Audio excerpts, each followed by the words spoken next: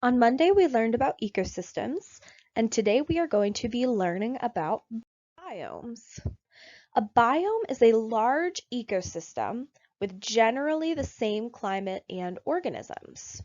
So this is a category of a type of ecosystem. So for example, let's think about Classroom 6.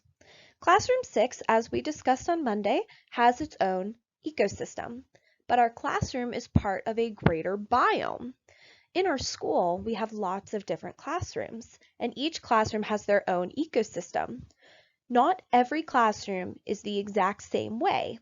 Different classrooms function a little bit differently.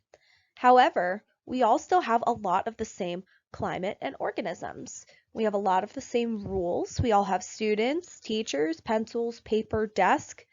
Presley Ridge is our biome, and there are multiple ecosystems inside of it. So on Monday, I asked you to think about how your home is an ecosystem. Now I want you to think about your neighborhood as the biome. Each house is a different ecosystem. What do you have in common with other houses? What's different? We're now going to be talking about the different types of biomes that we have in nature.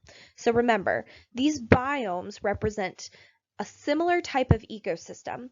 So each of these ecosystems are going to be a little different, but they're going to have a lot in common. So first, let's talk about tropical rainforest biomes. In this type of biome, the ecosystems are typically warm all year long. So when you think of a rainforest, it gets a lot of rain, has a lot of different types of plants and animals. The plants are usually really big, and it's warm throughout the whole year. Where we live, it's warm during part of the year and cold during part of the year. But in rainforests, there's typically the same weather all year long. Now we're going to talk about deciduous forest biomes. This is the kind of biome that we live in. So I'm sure that when we go over this, you're going to recognize some of these characteristics because it's going to be very familiar to you. In this type of biome, the ecosystems have a lot of trees. The most typical trees are oaks, elms, and maples. These are the trees you probably have in your yard. The trees lose their leaves in the colder months, and those leaves help grow new trees for the next year. In deciduous forest biomes, there are animals that have to hibernate or find shelter during the winter. They can't always be outside because the freezing temperatures will hurt them. Then we have grassland biomes. This is a type of biome where there are many different types of grass, but there aren't really a lot of trees. The grass, when it gets really hot, will die, and this creates good soil for planting crops. So a lot of farmers like to work in grasslands because it's a lot easier to grow things. Grasslands don't get a lot of rain, so sometimes that can be a problem for the farmers, but it does help the grass to die to make good soil. Then we have taiga biomes. In this type of biomes, the ecosystems are usually really cold and really dry.